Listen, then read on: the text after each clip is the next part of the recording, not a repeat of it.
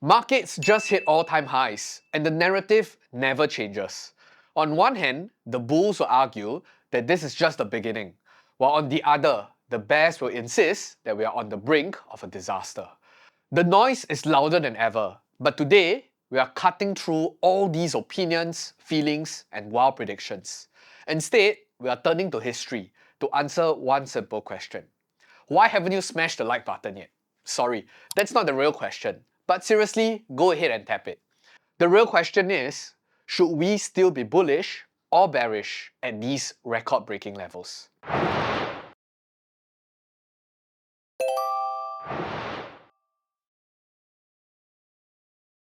So to find out, we have dug into decades of market data with the help of Carson Research. And here are three interesting data points history tells us about investing at market peaks. First, new highs tend to come in clusters. Since 1957, there have been nearly 1,200 all-time highs on the S&P 500. But here's what's interesting.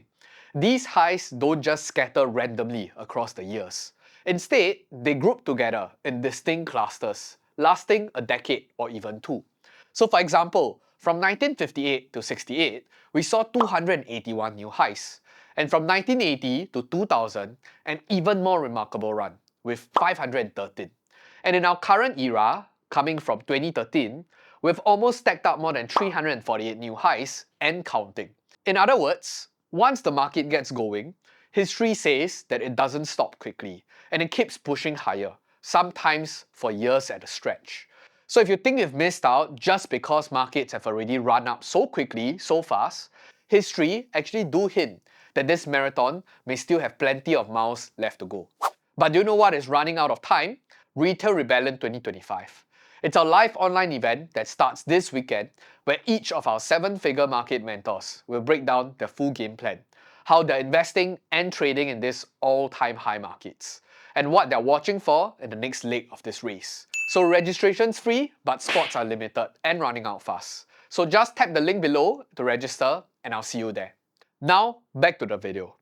Second, new highs happen frequently, and if you keep waiting, you might actually miss out. So here's something most investors don't realize. Since 1957, 7% of all trading days have ended at an all-time high. And that means on average, markets hit new highs once every 14 trading days.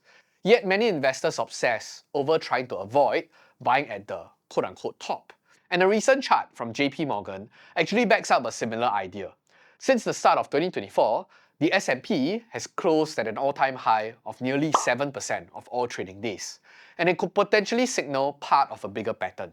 And if you look back all the way to 1950, you'll see that previous all-time highs often end up becoming strong support levels for the markets.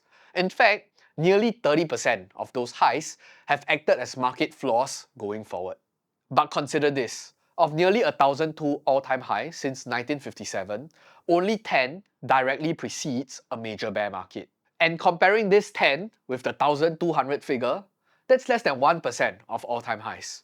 And in other words, worrying about each new peak being the top isn't just stressful, the odds are basically stacked against you. Third, the trend is your friend.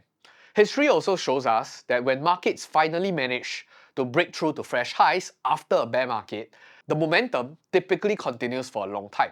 In fact, it's found that after the last 10 bear markets, once the market hit a fresh high, stocks were higher a year later, 9 out of 10 times. And the only notable exception, the 2007 or 8 global financial crisis. Now that we've discussed the scenarios surrounding an all-time high market, let's talk about what makes 2025 a little bit different. So for one, we came dangerously close to a bear market. So earlier this year, the S&P 500 flirted with a bear market, falling nearly 19% from their peak to trough. But it never closed below the 20% threshold to warrant a bear market condition.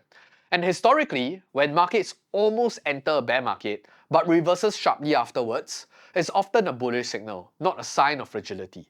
So Carson's research actually highlights that these near bear scenarios usually mean that the worst case fears didn't materialize, and in this case, the whole Trump tariff shenanigans. And investor sentiments actually swung back up quickly and furiously. And the last 6 months and 1 year returns following this kind of reversals tend to be strongly positive, as panic selling fades and fundamentals actually reasserts themselves. Secondly, we've recorded one of the strongest 3 months rally from April to June. The S&P actually gained over 26%, putting this amongst the most powerful 3 month stretch in the entire market history. And if you're thinking, hey, this feels a little bit too fast, maybe a pullback is next, the data might actually surprise you. So historically, when the market posts a 3 month gain of this magnitude, returns over the next 3, 6, or even 12 months are not only positive, they're actually above average. And in every one of those time frames, markets have never been lower after a run like this.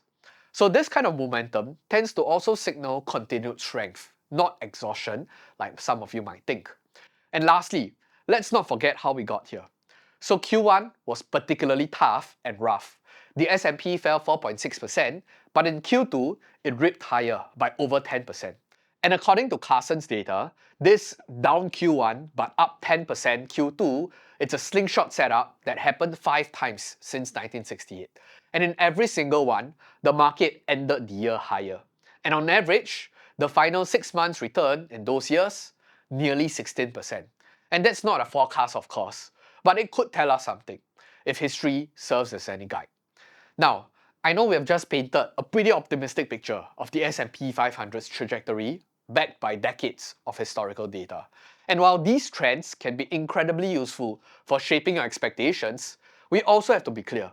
History is only descriptive, they're not prescriptive. Patterns do hold until they don't. So big rallies have sometimes preceded by big drawdowns too, and there's no denying it. This year's rally has been explosive, and here's the uncomfortable truth. 1987 looked a lot like today too. That year started with similar strength.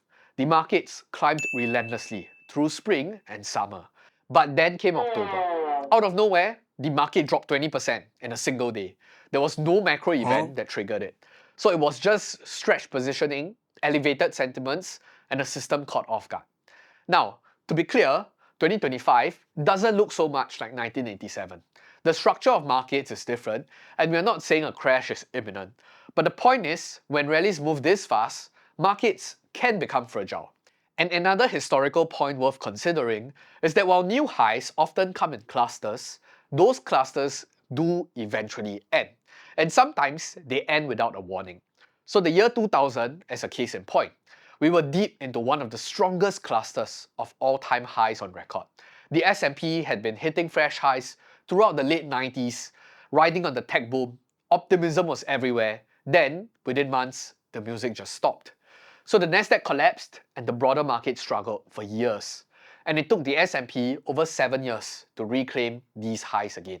But maybe now you're wondering, what does all these mean for you as an investor thinking of putting money to work right now? So is this a good time to buy? Should you wait for a pullback? Are we too late to the party? I think the truth is there is no correct answer, and many investors freeze at all-time highs. It feels unnatural to buy when prices are at their peak because you don't want to feel like a sucker that got quote-unquote caught.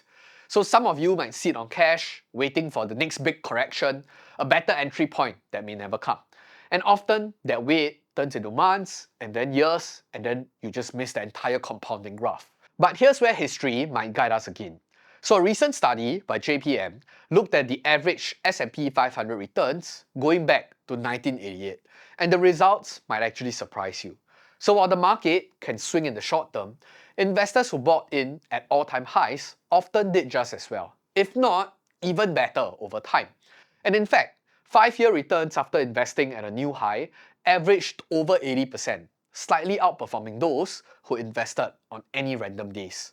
So it's a good reminder that new highs might not always be something to fear, and they could actually be a sign of strength. And even more interesting, when looking at this comparison from RBC, looking 1 year out from each new highs, the market experienced a drop of more than 10% only 9% of the time. And over longer horizons, it gets better. The market has never been down by more than 10% at the end of a 10-year period following any all-time highs. Of course, past performance is no guarantee of future results. But if you are a long-term investor, the takeaway is pretty simple. It's not about the perfect timing, it's about time in the market. And while short-term volatility is inevitable, the longer you give your investments to work, the more history leans in your favor. So whether you're feeling cautious or confident right now, remember this. All-time highs aren't something to fear. They're a feature of wealth creation. And the real risk isn't buying into a high, but standing on the sidelines, waiting for a perfect moment that might probably never come. Now, remember to register for Retail Rebellion in the link below, and if you can't get enough investment insights from our team, we have a weekly newsletter called Investing Bites, where we share short, real-world examples that help you build a better investing framework. And since you have already watched until the end of the video, I'm sure you love investing as much as we do, and Investing Bites will be something up your alley. So all the links will be in the description box down below. If not, I'll see you in the next video, and this is CK from Piranha Profit signing off. Till next time, keep winning.